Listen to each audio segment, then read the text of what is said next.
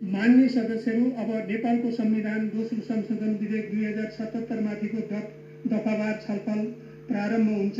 नेपालको संविधान दोस्रो संशोधन विधेयक 2077 माथिको दफावार छलफलमा बोल्नका लागि माननीय सदस्यहरूको नाम प्राप्त हुन आएको छ। सर्वप्रथम माननीय श्री पुष्पकमल दाहाल प्रचण्ड।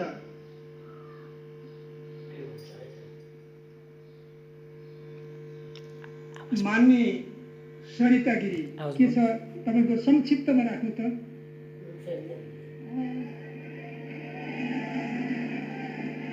तपाईँ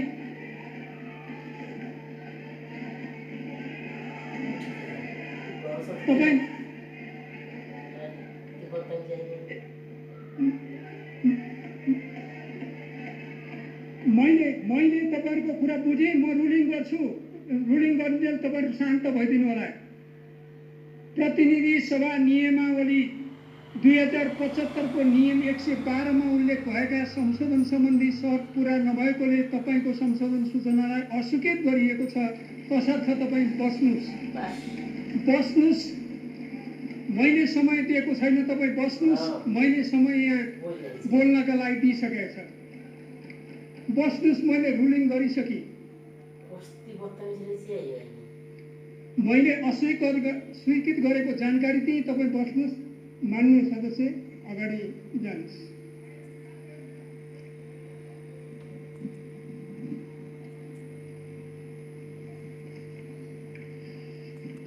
सम्मान्य सभामुख महोदय, आज हामी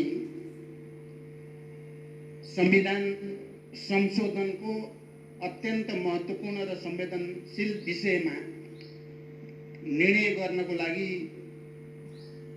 संसदको यो गरिमामय सदनमा उपस्थित भएका छौँ।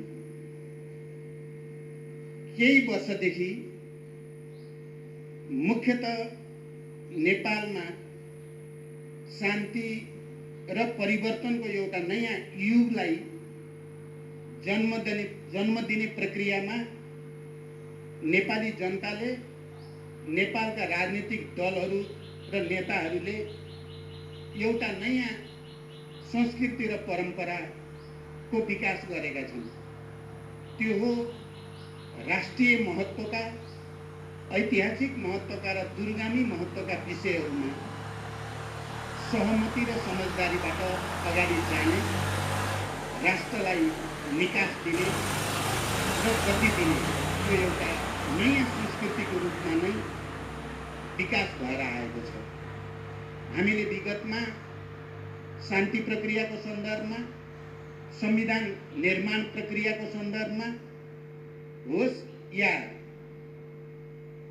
देशमा हुने विभिन्न प्राकृतिक विपदाहरूको सामना गर्ने सन्दर्भमा, खास गरी विनाशकारी भूकम्पबाट उत्पन्न परिस्थितिको सामना गर्ने सन्दर्भमा पनि हामी सबैले राष्ट्रिय जिम्मेवारीका साथ, अत्यन्त संवेदनशीलताका साथ सहमति, सहकार्यद्वारा जनतालाई राहत दिने, नेतृत्व गर्ने परम्परा जस्तै बसालेका छौँ र त्यही प्रक्रियाको एउटा अत्यन्त महत्त्वपूर्ण नयाँ कडीका रूपमा आज हामी दोस्रो संविधान संशोधनको यो घडीमा आइपुगेका छौँ। खास गरी देशको भौगोलिक अखण्डतासँग सम्बन्धित विषयमा हामी हिजो राजतन्त्र, खास गरी निरङ्कुश पञ्चायती तानाशाहीको प्रारम्भिक दिनमा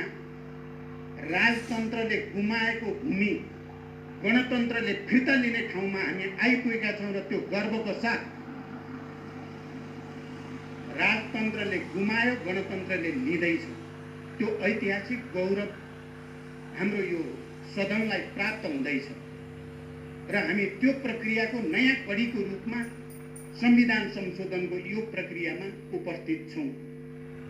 म पनि आम नेपाली जनतासँगै, नेपालका सबै राजनीतिक दलहरूसँगै, नागरिक समाजसँगै म गर्व व्यक्त गर्न चाहन्छु, गर्व गर्न चाहन्छु, सबैसँग एकैबद्धता प्रकट गर्न चाहन्छु र हामीले यो समस्याको समाधान पनि, मलाई विश्वास छ हामी यसको अन्तिम निर्णयमा पुग्ने बेलासम्म जसरी यो विषयमा हामी प्रस्ताव प्रस्तुत गर्दा सर्वसम्मति हामीले जनाएका छौँ। निर्णयमा पनि सर्वसम्मति हुने विश्वास पनि म व्यक्त गर्न चाहन्छु र यो राष्ट्रिय एकताको निम्ति यो सम्मानित सदनका सबै प्रतिनिधित्व गर्ने राजनीतिक दल नेताहरू र माननीय सदस्यहरू प्रति हार्दिक धन्यवाद मेरो दलको तर्फबाट र मेरो तर्फबाट व्यक्त गर्न चाहन्छु र आउने दिनमा पनि हामीले ठुलो सङ्घर्ष र बलिदानपछि प्राप्त गरेको सङ्घीय लोकतान्त्रिक गणतन्त्रलाई सुदृढ गर्ने, यसको मार्फतबाट जनतालाई सुशासन, विकास र समृद्धिको नयाँ युगतिर लैजाने कुरामा हामीलाई राष्ट्रिय एकताको भावना अनुसार नै सफलता प्राप्त हुनेछ भनेर विश्वास र कामना पनि व्यक्त गर्न चाहन्छु।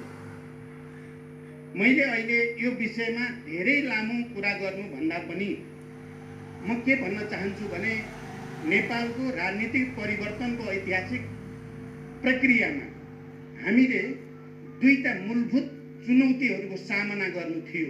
नेपाली जनताले, नेपालको राजनीतिक आन्दोलनले एकातिर सामन्ती निरङ्कुश तन्त्र र त्यसद्वारा जन्माइएका आर्थिक, राजनैतिक, सामाजिक, सांस्कृतिक विसङ्गतिहरूका विरुद्ध लड्नु थियो हामीले र त्यसको ठाउँमा लोकतन्त्र, जनतन्त्र, जनवाद जे भने पनि लोकतन्त्र हामीले स्थापित गर्ने एउटा चुनौती थियो र लामो समयदेखि, खास गरी राणाशाही विरोधी आन्दोलनको बेलादेखि हामी जनयुद्ध र जनआन्दोलन हुँदै शान्ति प्रक्रिया 62-63 को आन्दोलनसम्म आउँदा हामीले त्यो लडाईँमा आधारभूत विजय प्राप्त गरेकै हो।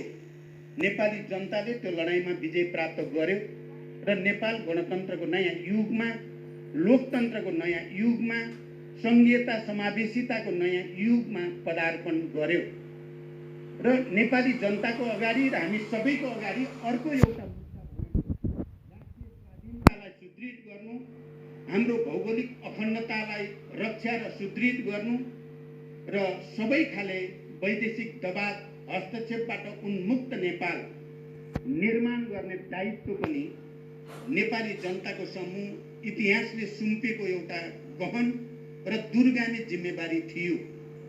मलाई लाग्छ आज हामी जे निर्णय गर्न जाँदैछौँ त्यही दोस्रो ऐतिहासिक मुद्दालाई फैसला गर्ने, दोस्रो ऐतिहासिक चुनौतीको सामना गर्ने र नेपालको राष्ट्रिय स्वाधीनतालाई सुदृढ गर्ने, भौगोलिक अखण्डतालाई सुदृढ गर्ने एउटा महान अभियानकै क्रममा हामी यहाँ आइपुगेका छौँ। यहाँ अस्ति सम्माननीय प्रधानमन्त्रीले रोस्टमबाट बोल्दै गर्दा यो विषय कुनै पार्टी विशेषको मात्रै विषय होइन, कुनै नेता विशेषको मात्रै विषय होइन, यहाँ सदनमा भएका सबै राजनीतिक दलहरूको विषय हो र त्यतिको मात्रै पनि होइन, यो आम नेपाली जनताको पनि विषय हो। त्यसकारण यसमा कसैले जस लिने या अपजस दिने भन्दा पनि यो ऐतिहासिक महाअभियानलाई सफल पार्ने लामो समयदेखि नेपाली जनताले गर्दै आएको प्रयत्नको केन्द्रीकृत अभिव्यक्तिको रूपमा, किनकि लामो समयदेखि यो सङ्घर्ष बहस चल्दै आएको थियो र त्यो बहसको एउटा केन्द्रीकरणको रूपमा अहिले यहाँ आइपुग्दा हामी देशको गुमेको भूभाग फिर्ता लिने प्रक्रियाको एउटा नयाँ चरणमा हामी आइपुगेका हौँ। आज यो विषयलाई राष्ट्रिय विषयलाई सहमति बनाऊ, किनकि बीचबीचमा हामी सबैलाई थाहा छ